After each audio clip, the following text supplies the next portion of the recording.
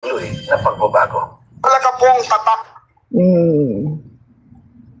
So mga kaibigan, ang SunWest namamayagpag na sa panahon ni Duterte. Nakakuha sila ng bid sa procurement ng mga PPEs at ng mga overpriced ng mga face mask and face shield sa panahon ni Duterte. Dahil sa panahon ni Duterte, walang bidding-bidding. Ina-award lang yung proyekto. Ito, contractor ng mga diskaya. Ito sa inyo yan. O ito sa iyo yan. Ito sa iyo yan. O sa inyo yung project na yan. Yan yung sinasabi ni Vico Sotto. Diba? Na nagulat daw siya kasi ina-award lang daw na parang diploma na. O ito sa iyo to. O ito sa iyo yan. Panahon ni Duterte. Balikan niyo yung sinasabi niya ni Vico Sotto. Ang sabi ni Vico Sotto, first time mayor daw siya. First time mayor 2019. Nagulat daw siya. Pinuntahan daw siya ng mga kontraktor at sinabi ng mga kontraktor sa kanya. Kasi first time mayor eh. Ang sinabi sa kanya ng kontraktor, Sir, mayor, ganito kasi yung ginagawa natin eh. Ay, yung kalakaran, ganito eh. Hindi na po nagbibidding, ibinibigay na lang daw sa kontraktor. Wala nang bidding-bidding. So nagulat ngayon si Mayor Vico Sotto. At ang sabi niya, ay hindi po pwede sa akin yan. Kailangan may bidding. Hindi siya pumayag. So ngayon alam niyo na. Alam niyo na kung meron man dito na involved, hindi yan si Martin Romualdez. Never. Hindi si Martin Romualdez. Alam mo, sa totoo lang, no? Sayang lang kasi wala dito si Duterte. Si Duterte, sa totoo lang, marami siyang pananagutan dito eh. Kasi, ito, malakas ang loob ko eh. Siya yung nag-ano kay Saldico, kung bakit nagkaganito. Siya talaga ang nagbigay ng mga kontrata kay Saldico.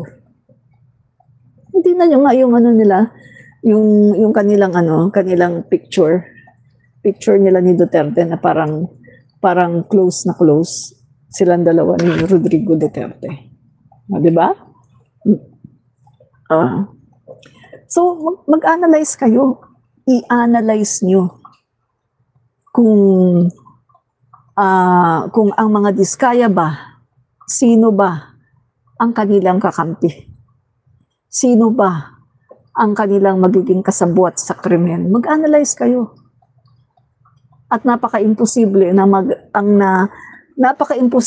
ang maging kasabwat nila sa krimen ng pagnanakaw ay si Martin Romualdez. It's so impossible dahil hindi nila kakampi si Martin Romualdez. Ang kakampi ng mga diskaya ay ang mga Duterte. Make sense? Hindi tayo naninira dito. Nag-aanalisa tayo, nagko-komentaryo tayo, at gumagamit tayo ng mga datas, gumagamit tayo ng mga balita na nakikita natin. So hindi tayo naninira. 'Di ba? Nag-a-analyze tayo. Kasi may mga tao na nagsasabi na, ay si Martin Romualdez yan, si Martin Romualdez, ay kawawa naman yung tao. Ituturo para ma-divert yung attention doon sa tunay na salarin. It's unfair na magtuturo tayo ng tao, Martin Romualdez, para lang yung tunay na salarin ay ma-spare. Unfair yun. Dapat kung sino yung tunay na salarin, kung sino yung tunay na mga nagnakaw dyan, yun dapat ang talagang ipakulong. Yan dapat. Hindi yung magtuturo kayo ng tao. Dahil lang sa galit kayo kay Martin Romualdez, kay PBBM, dahil lang galit kayo sa kanya, ay magtuturo kayo. Pero wala naman kayong ebidensya. Sa bagay, hindi naman kayo magtatagumpay. Dahil kahit kailan, ang mga nagsisinungaling pag kino-cross-examine yan, lalabas at lalabas ang katotohanan na nagsisinungaling kayo. Tandaan nyo yan. Pag nagsisinungaling kayo, kapag i-cross-examine yan, malalaman din na nagsisinungaling kayo. Kaya kahit na i-drop pa nila ang pangalang Martin Romualdez, kung talagang hindi naman talaga totoo, ewan ko, hindi ko alam kung talagang maniniwala ang mga judges. Ang mga judges, no, mga kaibigan, hindi naman yan tanga eh. Puwera na lang kung mababayaran ang mga yan. Pero kung isang judge, no, na matino ang pag-iisip, na may pagpapahalaga sa batas, hindi yan basta-basta maniniwala. Kailangan i-verify niya, i-vet niya, i-cross-examine niya, titingnan niya kung gaano katotoo yung sinasabi. Tandaan niyo yan, di ba? Venus, wala pang ebidensya lumalabas laban kay Romualdez. Tumpak, tama ka dyan. At isa pa ha, ang nakakatawa, no? Nakakatawa dito sa mga DDS. Panay ang sabi nila si Martin Romualdez daw, no? Si Martin Romualdez. Pero tingnan mo, anong statement ni Martin Romualdez? Nung siya ay iniimbita ng ICI, anong statement ni Martin Romualdez? Okay, tingnan natin yung statement ni Martin Romualdez nung iniimbita siya ng ICI. Okay. So, ito lang naman yung statement, no, ni Martin Romualdez. The Office of Representative Ferdinand Martin G. Romualdez confirms receipt today of the invitation from the Independent Commission for Infrastructure, ICI.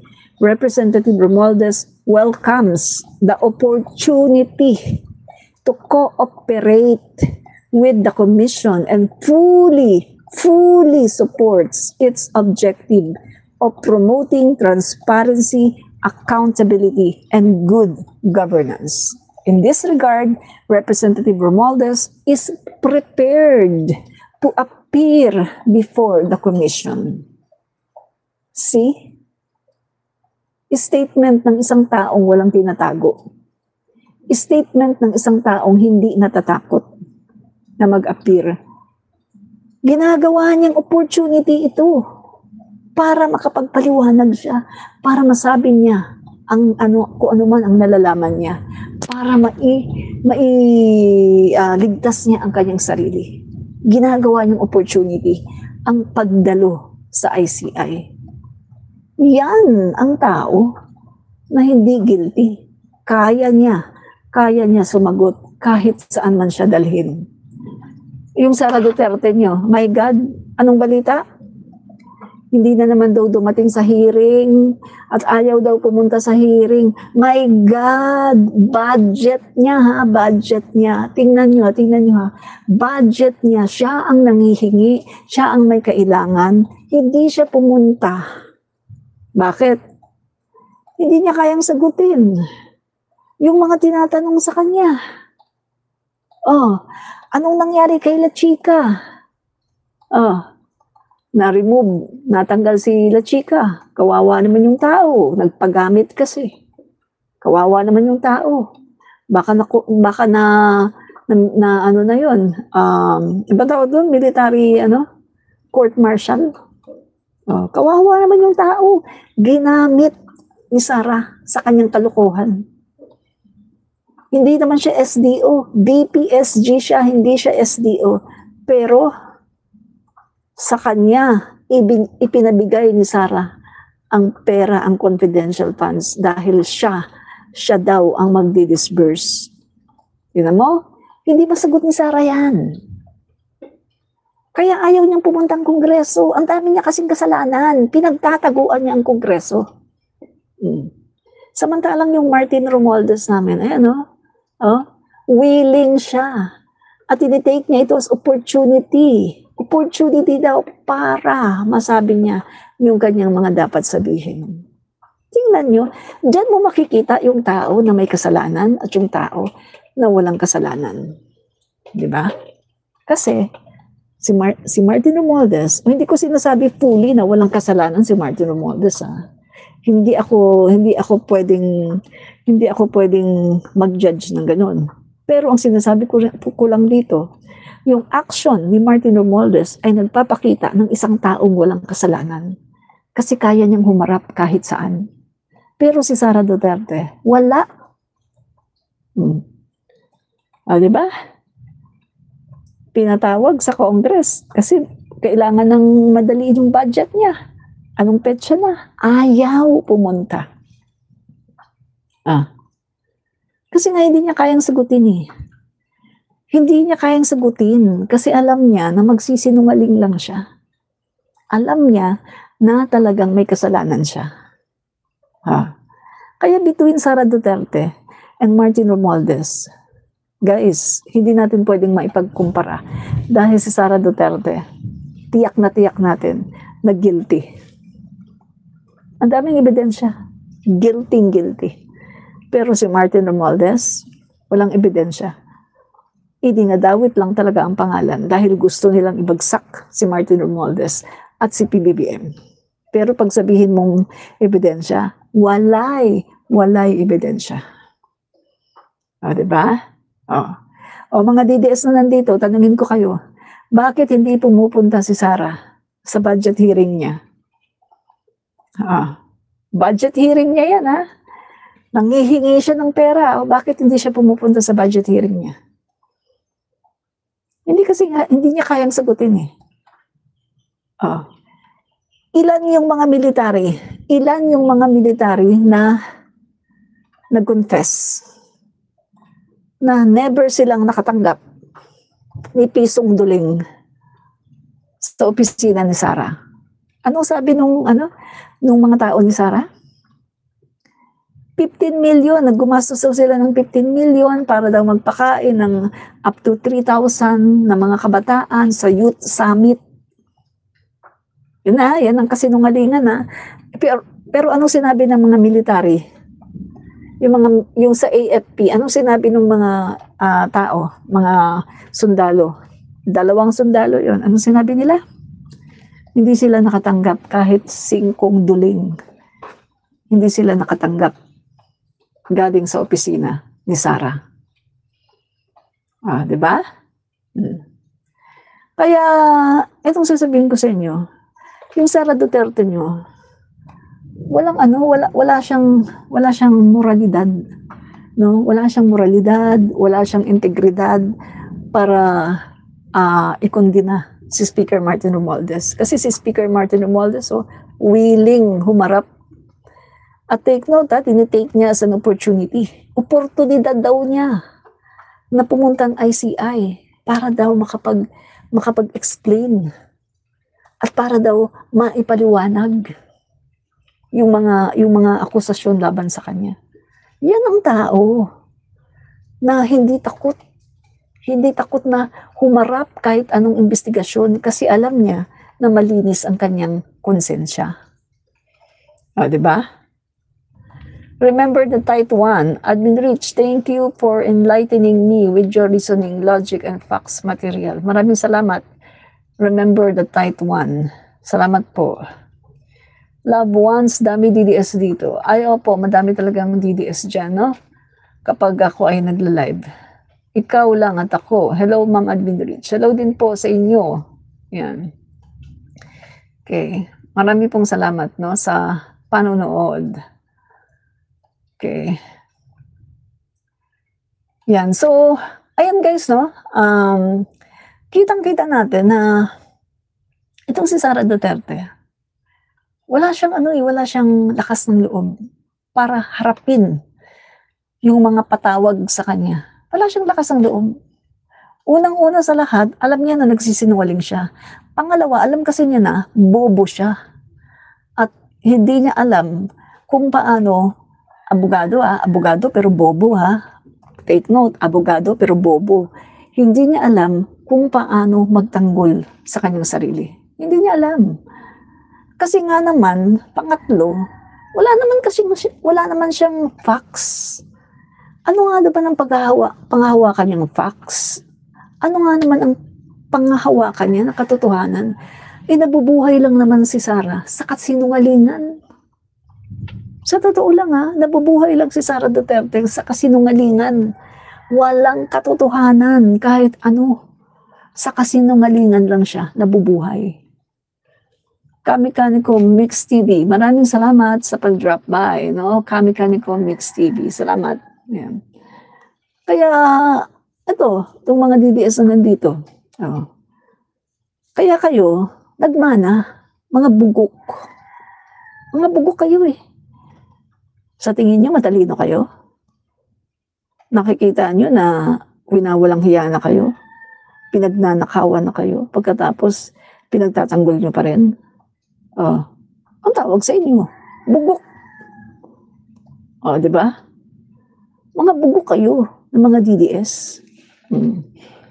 Kaya wala kayong magagawa dahil talagang yung inyong pinagtatanggol ay isang bugok. Di ba? Bugok. Yun ang katotohanan. Bugok kayo ng mga DDS. Diba? So yun, sabi ni Representative Romualdez, ang sabi niya,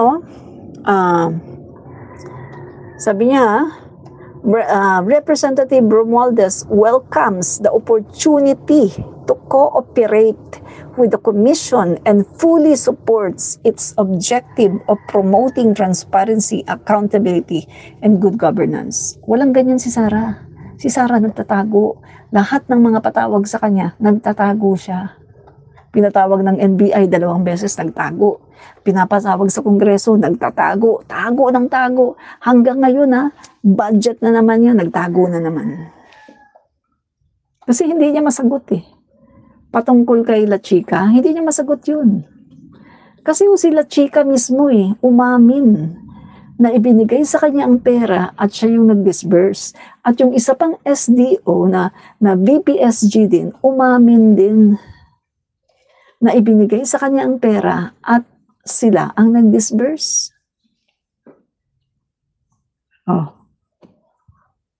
So ngayon, hindi nyo kayang hindi nyo kayang idibang kasi katotohanan yan. Kaya hanggang na lang kayo, hanggang magkano bayad mo? Ay, bayaran ka. Hanggang ganyan na lang kayo. Kasi nga, hindi nyo kayang idibang ang mga sinasabi ko sa inyo. Diba? So, ulitin natin Ulitin natin. Para dun sa mga, yung data, no? Yan, para doon sa mga ngayon lang dumating SunWest. Itong construction firm, no, itong company ni Saldico, SunWest, no, ay naka-receive na ng mga kontrata bago pa man si Saldico naging congressman, no? So, itong SunWest ay top government contractor as early as the Arroyo administration, 2001 to 2010. At nagtuloy ito, 2010 to 2016, no? So, Aquino administration yon 2010 to 2015. Pagdating ng 2016 onwards, 2016 to 2021, Duterte naman, no? So, yan yun. At sa panahon ni Duterte, sila rin yung responsable doon sa nakuha din nila yung sa procurement, no, sa procurement ng mga PPEs, ng mga face mask, face shields. Biruin mo SunWest sa panahon ni Duterte biruin mo yan So noon pa man ay malakas na itong si Saldico sa mga Duterte, no? Noon pa man sa panahon ni Duterte malakas na si Saldico sa mga Duterte. No? Wala pa dyan si Martin Romualdez. Andyan na si Martin Romualdez, pero hindi siya speaker. Siya ay ordinary lang, no, na kongresista. No? So ano pa? Yan. So yan na nga.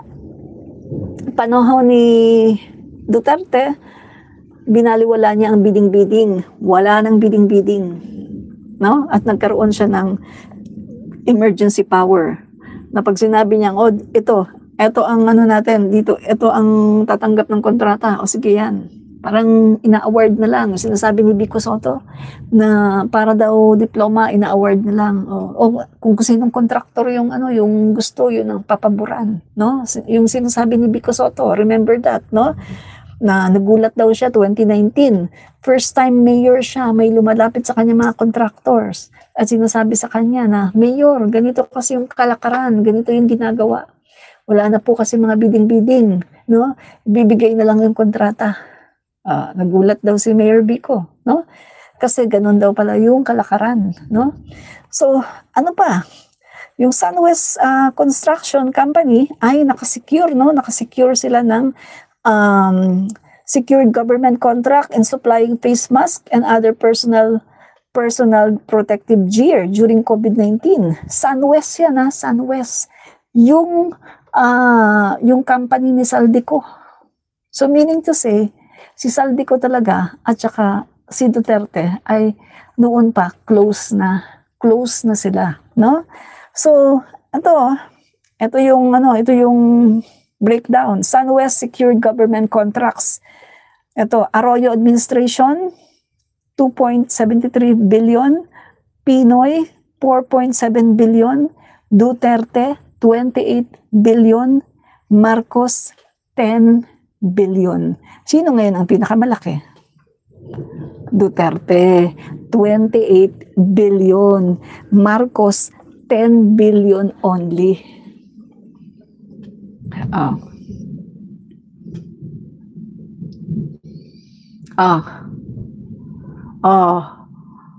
Paano nyo, Paano nyo i-debunk yan?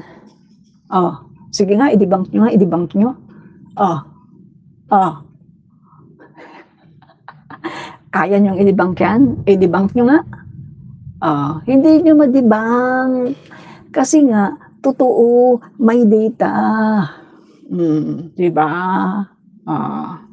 Sorry na lang kayo. Mga DDS, mga bugok. Mga DDS, para naman may pakinabang kayo dito sa aking channel, paki-double tap to like at paki-share na rin, nood kayo ng nood. Mga DDS, hindi naman kayo nagla-like at hindi naman kayo nag-share. Double tap and share the video, mga DDS, para naman may pakinabang kayo sa channel ko. Okay? Okay? Okay, mga DDS. Bye-bye! Mamaya ulit, salamat sa mga nanood, mga PBBM supporters, katulad din ng Kamikanikal TV, Kamikanikal Mix TV, maraming salamat sa panonood, no? Marami pong salamat sa mga Pinklawan, sa mga Dilawan, at pati na rin sa mga DDS na mga bugok.